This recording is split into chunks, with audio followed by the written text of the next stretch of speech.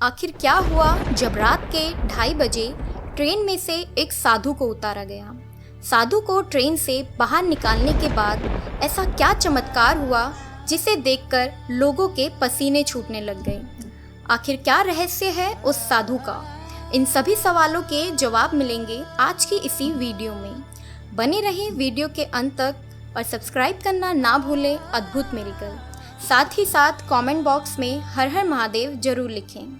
आज की वीडियो में हम जिन साधु की बात करने जा रहे हैं उन्होंने मात्र 17 साल की उम्र में ही दिव्य ज्ञान की प्राप्ति कर ली थी, जिसके बाद उन्होंने अपना घर त्याग दिया और पूरे उत्तर भारत में साधुओं का विचरण करने लगी। इन्होंने अपने जीवन काल में बहुत से ऐसे चमत्कार किए हैं जिससे लोगों के पसीने छूटने लगते हैं, परंतु इनके द्वारा एक ऐसा चमत्कार हुआ है जिसे दुनिया आज तक भुला नहीं पाई। दोस्तों, आपने एक कहावत तो सुनी ही होगी कि साधुओं का कोई ठिकाना नहीं, यानी साधु का कोई घर नहीं, वह कहीं भी आ जा सकते हैं, उनका कोई अपना नहीं होता, वह बस परमात्मा से नाता रखते हैं। एक बार यही साधु ट्रेन में सफ़र करने गए।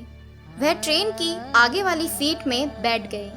उस समय रात के 2:30 बज रहे थे और जब टीसी ट्रेन में टिकट चेक करने आया तो उसने साधु को अपना टिकट दिखाने के लिए कहा, लेकिन साधु के पास कोई टिकट ही नहीं था। उन्होंने टीसी से कहा कि साधुओं का कोई टिकट नहीं लगता, वह अपनी मर्जी से कहीं भी आ जा सकते हैं। यह सब सुनते ही टीसी आग बबूला हो गया और गुस्से में साधु को गलत शब्द बोलने लगा। उसी समय साधु को ट्रेन से बाहर निकाल दिया और कहा कि आइंदा अगर टिकट ना हो तो इस ट्रेन में मत घुसना। जिस स्थान पर साधु को उतारा गया था उस स्थान का नाम था नीप करोरी। साधु उसी जगह बैठकर ध्यान करने लग गए और उसके बाद उस स्थान में हुआ एक बहुत बड़ा चमत्कार, जिसे देखते ही सभी लोगों के रोंगटे खड़े हो गए। दरअसल जैसे ही ट्रेन के ड्राइवर ने उस ट्रेन को चलाने की कोशिश करी, वह ट्रेन उसी समय खराब हो गई और आगे बढ़ने का नाम नहीं ले रही थी। जिसके बाद तुरंत ही मैकेनिकल टीम को बुलाया गया।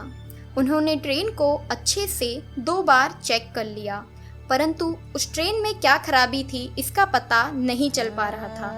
तभी टीसी ने देखा कि वही साधु ट्रेन के बाहर ध्यान में बैठा हुआ था। टीसी को अपनी गलती का पछतावा हो गया था। टीसी समझ चुका था कि यह सब उसकी गलती के कारण हुआ है। वह साधु के पास जाकर उनके पैरों में पड़ गया और माफ़ी मांगने लगा। उतने में साधु ने टीसी को बोला कि मुझे कोई नाराज़गी नहीं है, परंतु आज के बाद तुम ऐसा मत करना। साधु संतों का कोई नहीं होता, उनकी भगवान जरूर सुनता है। टीसी ने माफ़ी मांगकर साधु को ट्रेन में दोबारा बैठाया और जैसे ही साधु ट्रेन में बैठा वैसे ही ट्रेन चल पड़ी। यह नज़ारा देख सभी लोगों का कलेजा कांपने लगा।